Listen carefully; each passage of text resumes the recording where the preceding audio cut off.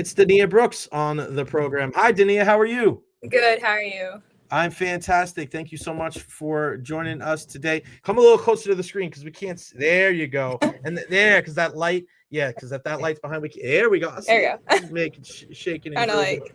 Yeah, you're good. You're All good. right. Look at. I knew Chad's gonna be all over it. Thanks, Chad. I love you, buddy.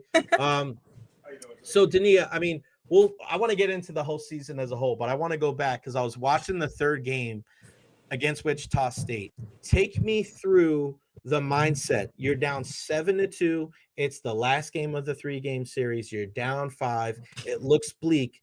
What was the mindset going into that inning? Because before you knew it, Alana hits the home run, you hit the home run, and it's 7-7. What was the message, whether it's from Coach Erickson or throughout the team before that incredible comeback? I'd say the message we've been preaching all this season is stay together. Especially in those types of situations, it's one pitch at a time, one play at a time, not trying to rush anything, but let the game happen. And like the beginning of the inning, it was 2 outs, like back to back, but we were like, hey, let's take a breath, let's reset, like let the game play out. And I think it's just really that mindset of one at a time, really, that got us through that. So. How about you personally, DaNia? Because you come up there in a spot, it's 7-4, game's on the line. I'm watching it. I'm like, I just got home. I'm watching it. All of a sudden, you hear the 2-0 pitch, boom! And I was like yelling, "That's out of here!" I'm freaking out of my house here. I mean, take us through the mindset of that at bat when you hit the 3-run home run, and that feeling when you made contact with that pitch.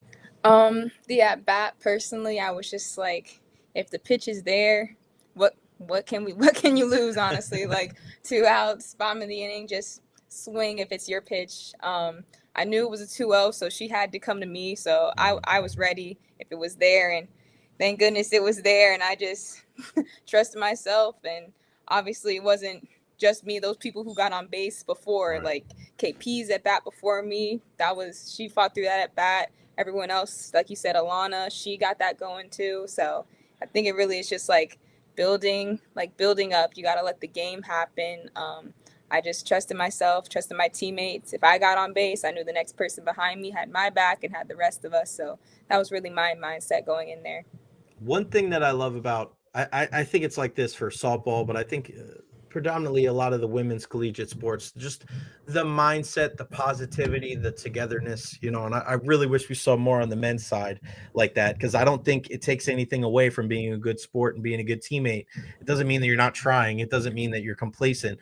But what is it like? Because I saw there was a point this year where I think it was Kathy came out, Josie went in, and Josie ended up hitting a home run. And then Kathy was the first person in the dugout. She was on top step, even when Josie, before she hit the home run. What is it about your team specifically that highs, lows, good, bad, no matter what happens, there's a togetherness, there's a like a sense of team over me, because Mm-hmm. whether you guys are winning or whether you're losing, that shows itself every game, every time you step on the field.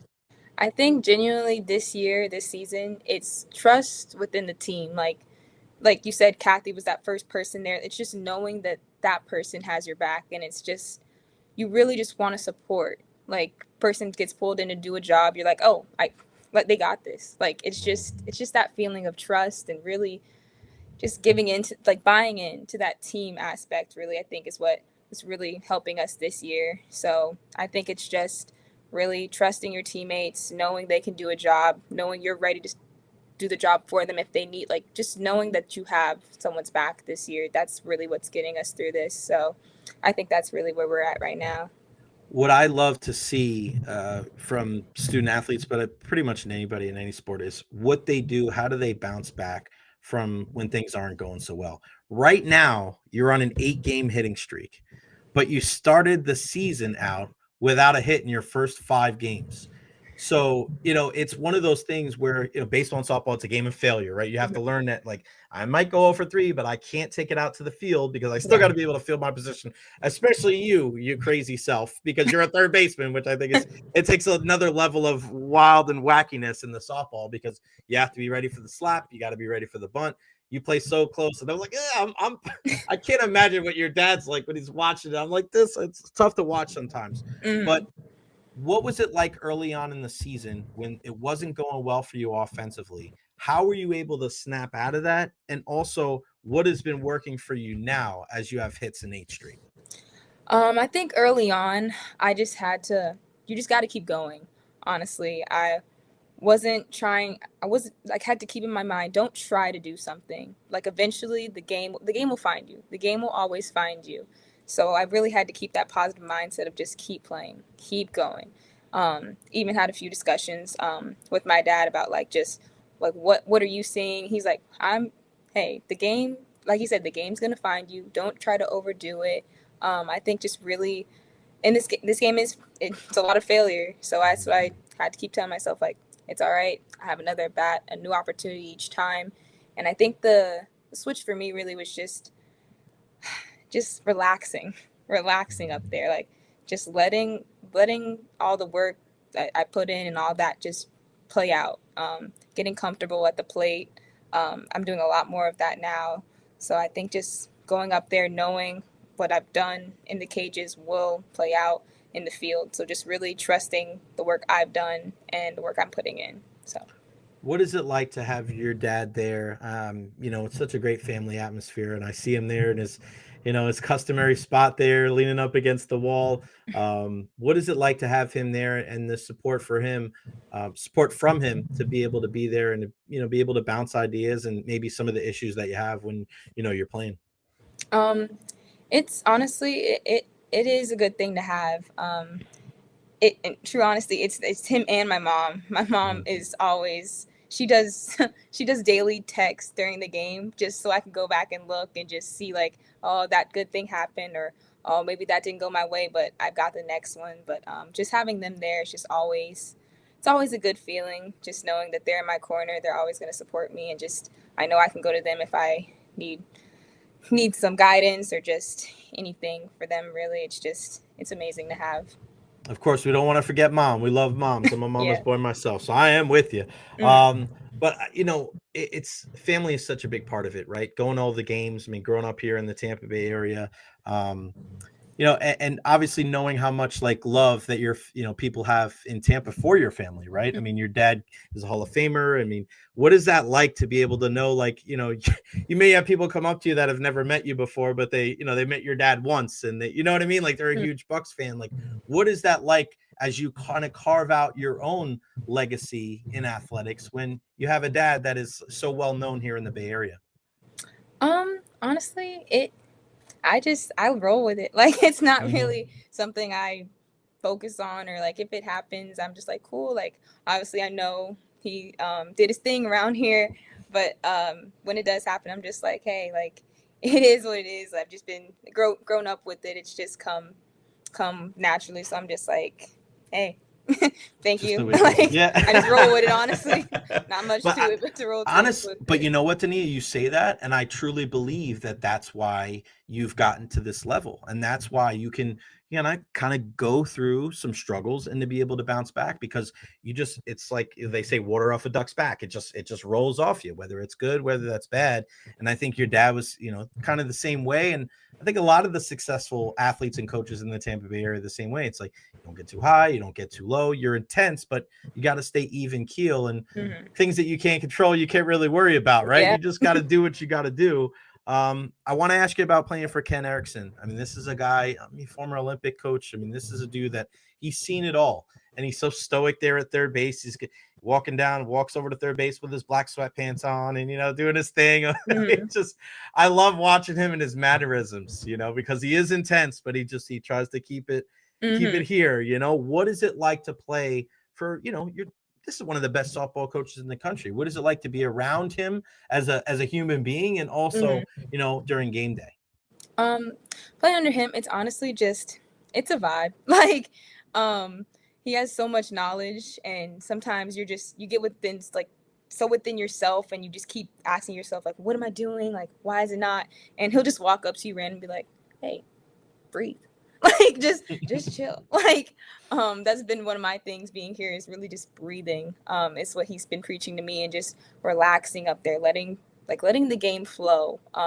Honestly, he just has so much knowledge to give, and He's always open for questions or anything like that. So he'll come into you like the middle of practice and just be like, "What you think?"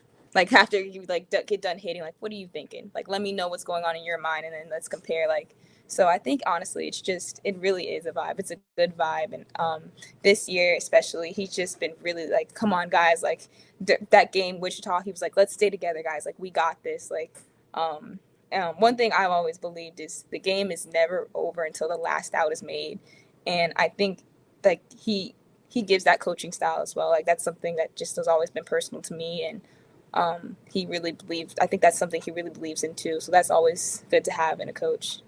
I love that. Yeah, and you can see it. I mean, I truly believe that the best teams out there are just kind of it's symbolic of what the players are a reflection of the coach. And you see that with you girls out there and the way that you play. There's an intensity to you. There's that never say die attitude. What is it like to play in Tampa, right? Because I'm sure you have an opportunity. I'm sure you could have went to some other places. Sickles High grad, obviously the name follows you, right? So, what was it? What does the decision come down to of you staying with USF, and what does that mean to know that like your friends and family can come to the games and it's not a very far drive? Like, what does it mean to you to play for the Green and go to South Florida right here in Tampa? Um, I'm a hometown girl. I genuinely love home. I love Tampa. I love to be around my family and friends. So that was one of the biggest factors in my decision. I didn't want to go far. I love the warm weather, but genuinely just like the family aspect, and that's what USF really gave to me was like family. It's a family here, and that's one of the biggest things in my life. One of my highest values is family, and that's just what USF gave for me, and that's really what came down to my decision to go here. Well, we are very glad that you ended up making that decision. Before I let you go, I want to ask you about some of this. I mean, you guys have played some incredible teams so far. We know how good the action is in the American, but like you went to Austin, Texas. You took on Texas, right? I mean, you played them twice. You Mm-hmm. go and you play Florida. You play Michigan. Like you played some really good teams. I know you're going to play Florida again Mm-hmm. coming up in a couple of weeks. What do those, and we see this in basketball too with Coach Jose Fernandez. I don't know. I want to ask the question to Coach Jose or Coach Ken. Like, did you guys bounce this idea off each other, or like there's a common vibe of, hey, can we play some of these top tier teams Mm-hmm. outside of the conference, and how that affects you during conference play? I'll ask you as a player when you can play Florida, and I know the result wasn't great, but it is what it is. You get Mm-hmm. to see what that level is. But you go to Texas, right? You go play ball there. Mm-hmm. What does that do for you in the long run? How does that affect how your mindset is for the rest of the season? Honestly, it's just a stay within ourselves type of mindset. Like we know our abilities, we know our capabilities. We're gonna go out there, give them our best. Obviously, put up like just play ball. It honestly is softball at the end of the day, up for both sides. Um, but genuinely just staying within ourselves and knowing what we can do as a team against anybody doesn't matter. I think that's what really is gonna get us far. So. So what's the goal for the rest of the way, Dania? What's the mindset? Are you guys like, do you talk about conference championships? Do you talk about NCAA tournaments? Like I know you want to take it day by day and you don't want to get too far ahead of yourself, but Mhm. is there any kind of like long-term goal discussion during the season? Was that before the season, or you just kind of take it one pitch at a time? Take it one pitch at a time, honestly. Mhm.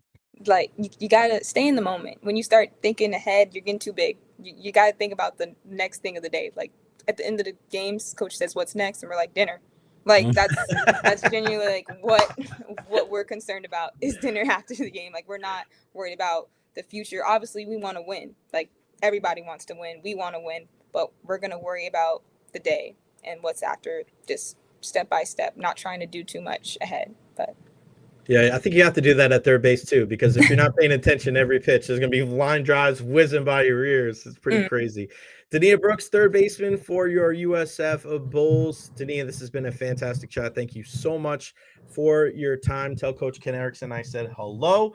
And yeah, keep swinging it. Keep swinging it. I want to see that hitting streak continue and continue to play that stellar defense at third base. Tell your family I said hello, and we'll talk to you again soon. See you at the field around the way. thank you. You got it.